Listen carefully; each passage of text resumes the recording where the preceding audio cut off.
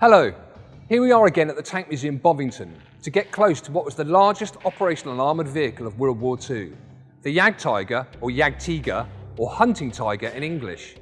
It is a very large vehicle, weighing in at over 75 tonnes compared with just under 70 tonnes for the standard King Tiger. It stands nearly 3 metres high and is over 10 metres long.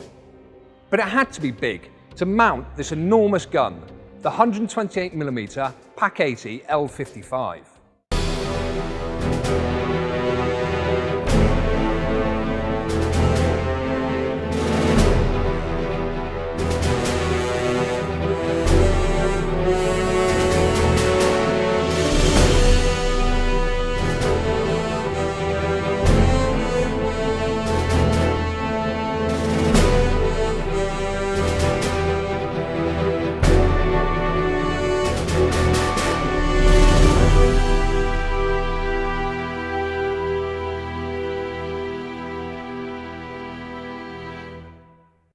The story of the Jagdtiger starts in February 1943, when it was decided to build a heavy tank destroyer stroke assault gun on the new Tiger II chassis, which was being developed by Henschel.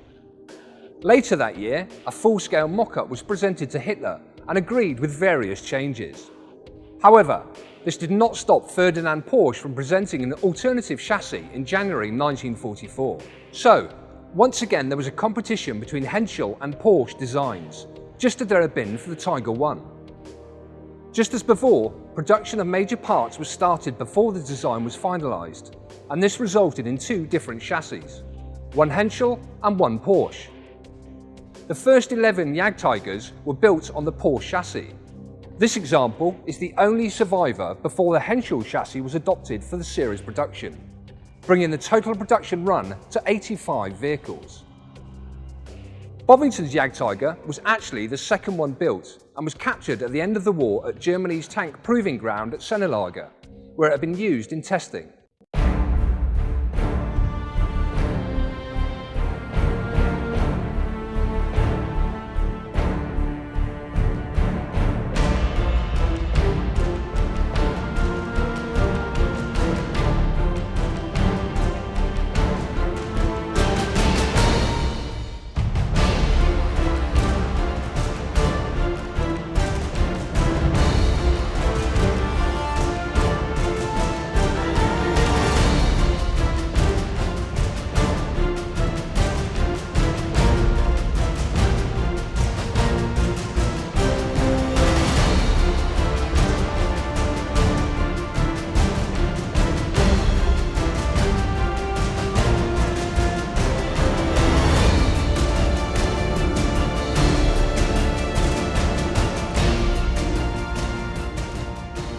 It's quite easy to distinguish the Porsche chassis from the Henschels.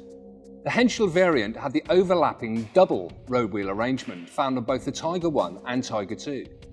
The Porsche chassis had its lengthwise torsion bar suspension system and fewer, slightly smaller, single road wheels, and made maintenance easier.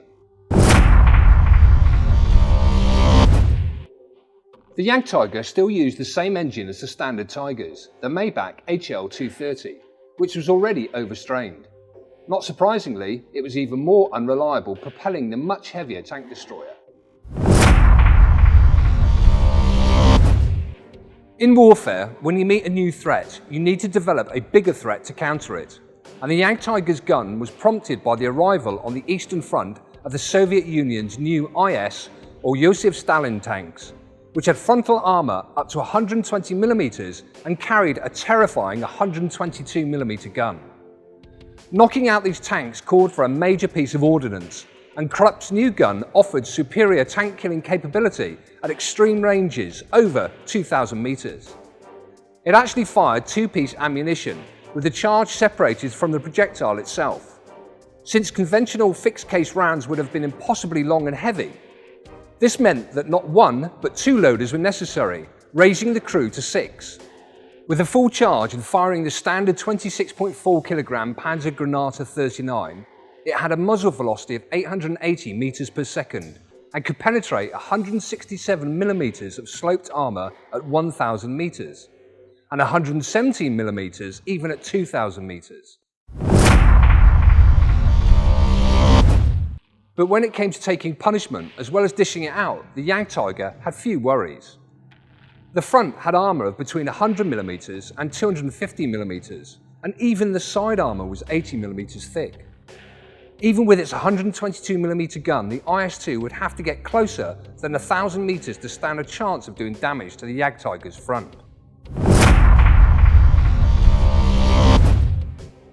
Access to the vehicle was pretty good. On top, there was a commander's hatch and a loader's hatch. The driver and radio operator had their own hatches, just like the tanks. And a large two-piece door in the rear of the superstructure allowed further movement and also removal of the gun for maintenance or repair.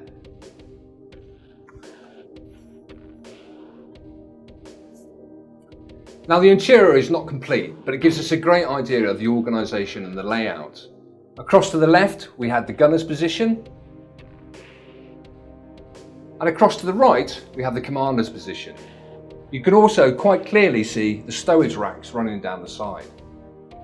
Now, of course, there were also two loaders, positioned left and right of the main armament.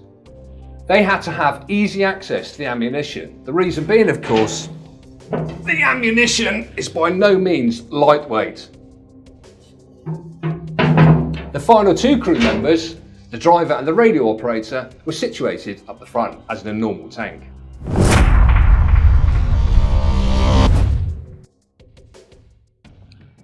Coming as it did right at the end of the war, the Jagdtiger was never going to make a strategic difference.